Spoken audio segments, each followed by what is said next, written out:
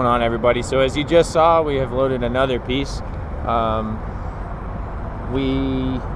not really sure if you could tell what it was in the video because it ended up kind of close to the camera, but basically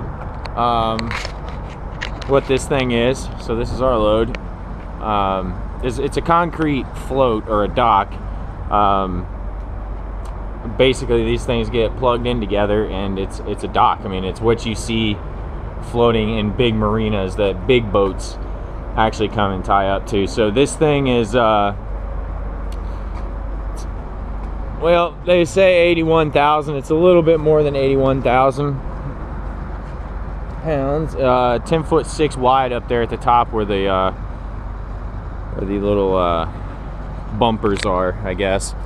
Those aren't actually the real ones that I know of. Those are just here for transport. I think they put these big ass rubber ones on there. They get all plugged in together. So this thing's all, you know, molded concrete, and then it's hollow inside.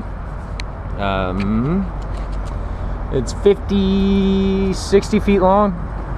So we've got 5 feet over the tail, and then we've got like 3 feet over the nose. So we're 125,000 and some change heavy, and we're running this from Glau. I have no idea how to pronounce this place. It's Gloucester, Gloucester. I don't know.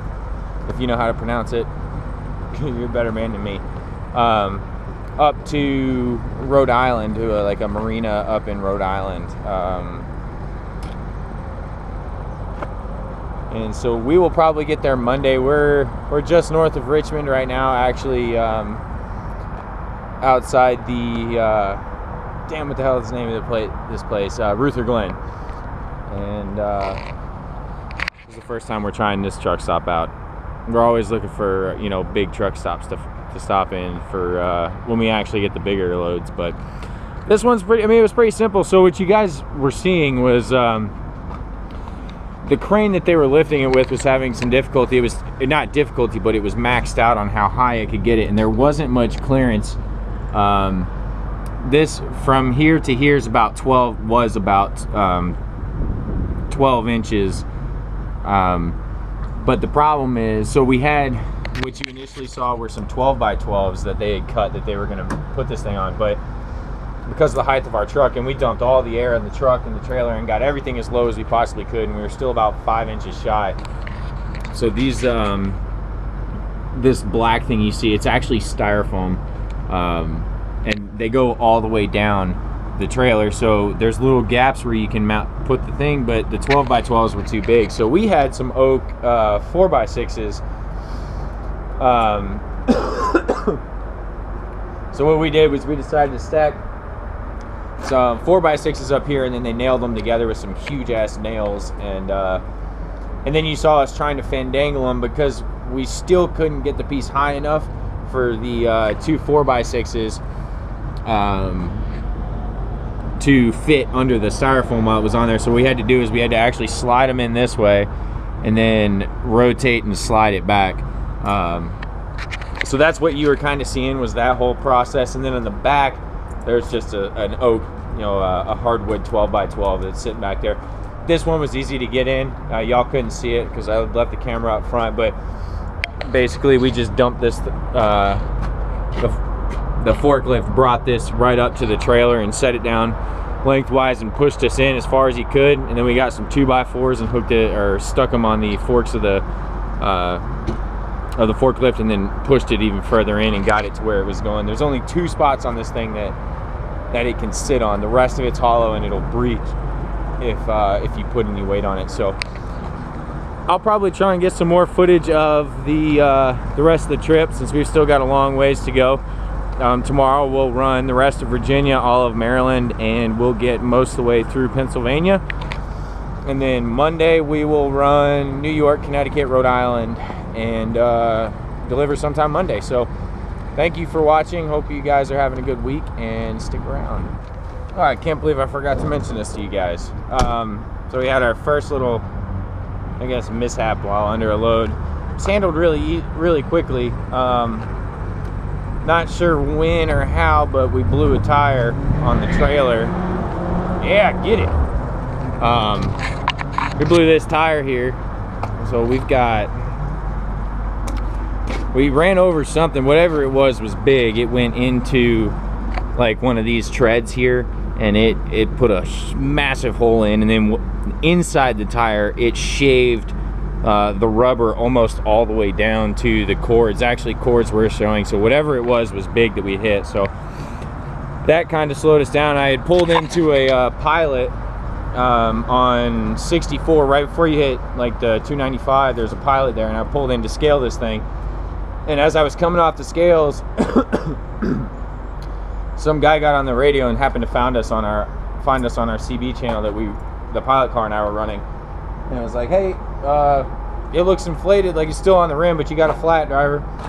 And so we pulled out and stopped and checked it, and sure as shit we had a flat. So got on the phone, called up a shop that was like a half mile down the road. They sent a guy out immediately. From the time I pulled off the scales and having been told about the flat to the time the guy was done and we were pulling out was 42 minutes.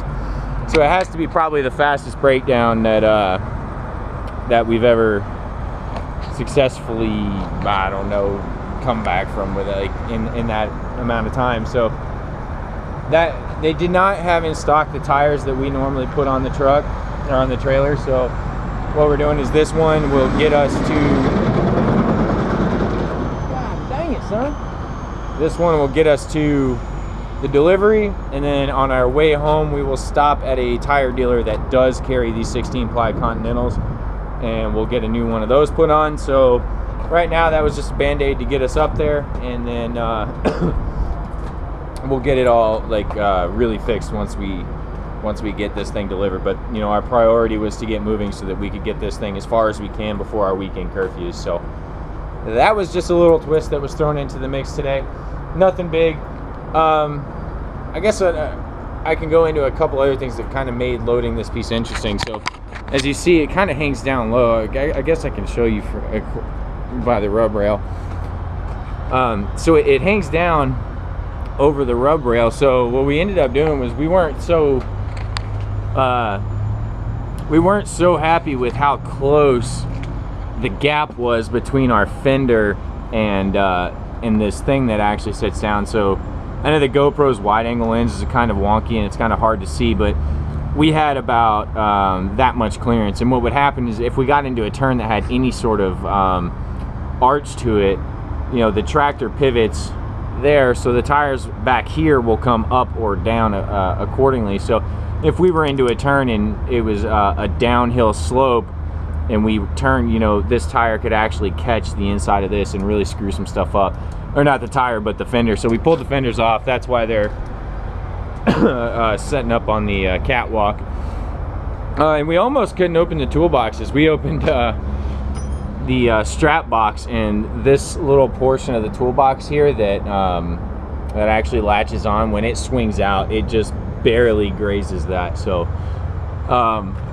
you know, that made it a little bit interesting. And then of course, because it hangs over the side, it makes it quite difficult to get to the actual ratchets for the straps. But you know, we got to it. It's all secured. It isn't going anywhere. And yeah, a lot of you guys keep asking why we stay in hotels and not stay in the truck. First of all, there's only one bed in the truck. So if Papa's asleep, well, that means that if we both want to sleep during the night, one of us has to sleep across the front. He's old, I'm not, so guess who ends up sleeping across the two driver seats? So no. So for 50 bucks, he gets to stay in a nice, I mean, tell me, what's better?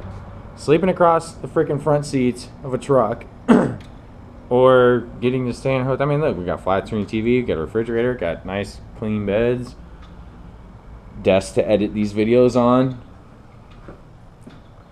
you know, a good shower that I don't have to necessarily pay for. I don't have to pay we don't have to pay $26 to shower, or we don't have to fuel the truck just to shower.